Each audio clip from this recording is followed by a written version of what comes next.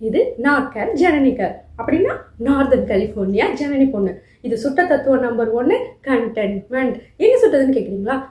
In multiple places. நம்ம முன்னோர்கள் நிறைய நல்ல விஷயங்களை நிறைய இடத்துல சொல்லிட்டு போயிருக்காங்க. ஆனால் நம்ம தான் எதையும் கண்டுக்க மாட்டோமே. இன்னைக்கு என்னோட ஃபர்ஸ்ட் வீடியோங்கிறதுனால சாய்பாபாவோட சச்சரித்திராலேருந்து ஒரு ஸ்டோரியும் அதுலேருந்து ஒரு டேக்அவே லெசனும் பார்க்க போகிறோம். ஓகே, அண்ணனுக்கு ஒரு தத்துவம் பார்சல் டேக்அவே. நீங்கள் ஒன்றும் சிரமப்பட வேணாம், நானே டெலிவரி பண்ணிடுறேன். Back to the story. பாபாவோட சீடரான தாஸ்கனு ஒரு உபநிஷத்தை மராத்தியில் டிரான்ஸ்லேட் பண்ணிட்டு இருந்தார். அப்போது கண்டென்ட்மெண்ட்டுங்கிற கான்செப்டை புரிஞ்சுக்கிறதுலையும் டிரான்ஸ்லேட் பண்ணுறதுலையும் அவருக்கு டிஃபிகல்ட்டி இருந்தது. இதுக்கு அவர் பாபா கிட்ட போய் ஹெல்ப் கேட்ட போது, பாபா நீ காக்கா சாஹிப் வீட்டில் போய் தங்க, அங்கே இருக்க வேலைக்கார பொண்ணு உன்னோட டவுட்டை கிளியர் பண்ணுவான்னு சொல்கிறாரு. ஒரு கிராமத்தில் இருக்க ஒரு படிக்காத வேலைக்கார பொண்ணு எப்படி ஒரு உபநிஷத்தில் இருக்க டவுட்டை கிளியர் பண்ண முடியும்னு நினைச்சாலும் அவர் நம்பிக்கையோட காக்கா சாஹிப் வீட்டில் போய் தங்குறாரு. அப்படி தங்கினப்போ அங்கே அவருக்கு ஒரு இனிமையான பாட்டு சத்தம் கேட்குது. அந்த பாட்டில் ஒரு சிவப்பு கலர் புடவையை பற்றி யாரோ ரசிச்சு பாடிக்கிட்டு இருக்காங்க.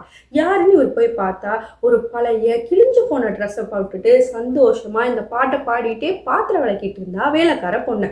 அதை பார்த்து இறக்கப்பட்ட தாஸ்கனும் அவர் ஃப்ரெண்டு ராவ் பகதூர் கிட்ட சொல்லி அந்த பொண்ணுக்கு ஒரு சிவப்பு கலர் புடவை வாங்கி தராரு. அந்த புடவையை வாங்கி கட்டிட்டு இவ அன்னைக்கு ஃபுல்லா ஆடுறா, பாடுறா, விளையாடுறா. அன்னைக்கு ரொம்ப ஹாப்பியா ஜாலியா என்ஜாய் பண்றா. அடுத்த நாள் ஆனோடனே அந்த புடவைய மடிச்சு பெட்டிக்குள்ள வச்சுட்டு மறுபடியும் இவளோட பழைய கிழிஞ்சு போன ட்ரெஸ்ஸை போட்டுட்டு சந்தோஷமா வேலை பார்க்க போயிடுறா.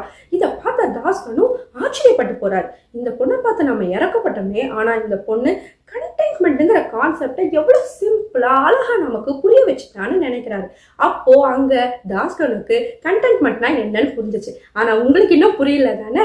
ஒன்றும் இல்லைங்க, ரொம்ப சிம்பிள் தான். நம்ம எல்லார் வீட்லையுமே செவத்துல பகவத்கீதா போஸ்ட் ஒட்டிருப்பாங்க.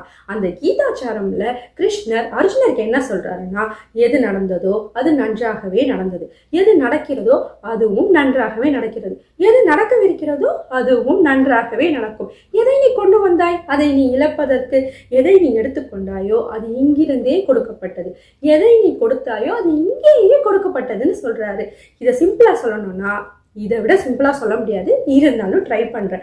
இன்னைக்கு நம்ம கிட்ட என்ன இருக்கோ அதை வச்சு நம்ம சந்தோஷமா வாழ கத்துக்கணும். நம்ம கிட்ட இல்லாததை நினைச்சு நம்ம கவலைப்படக்கூடாது. எப்பவுமே போதும் என்ற மனமே பொன் செய்யும் மருந்துன்னு நினைக்கணும். இப்போ நீங்க போய் அந்த கதையை யோசிச்சு பாருங்க, உங்களுக்கு இன்னும் பெட்டரா புரியும். Happiness is not in things, it is in the attitude.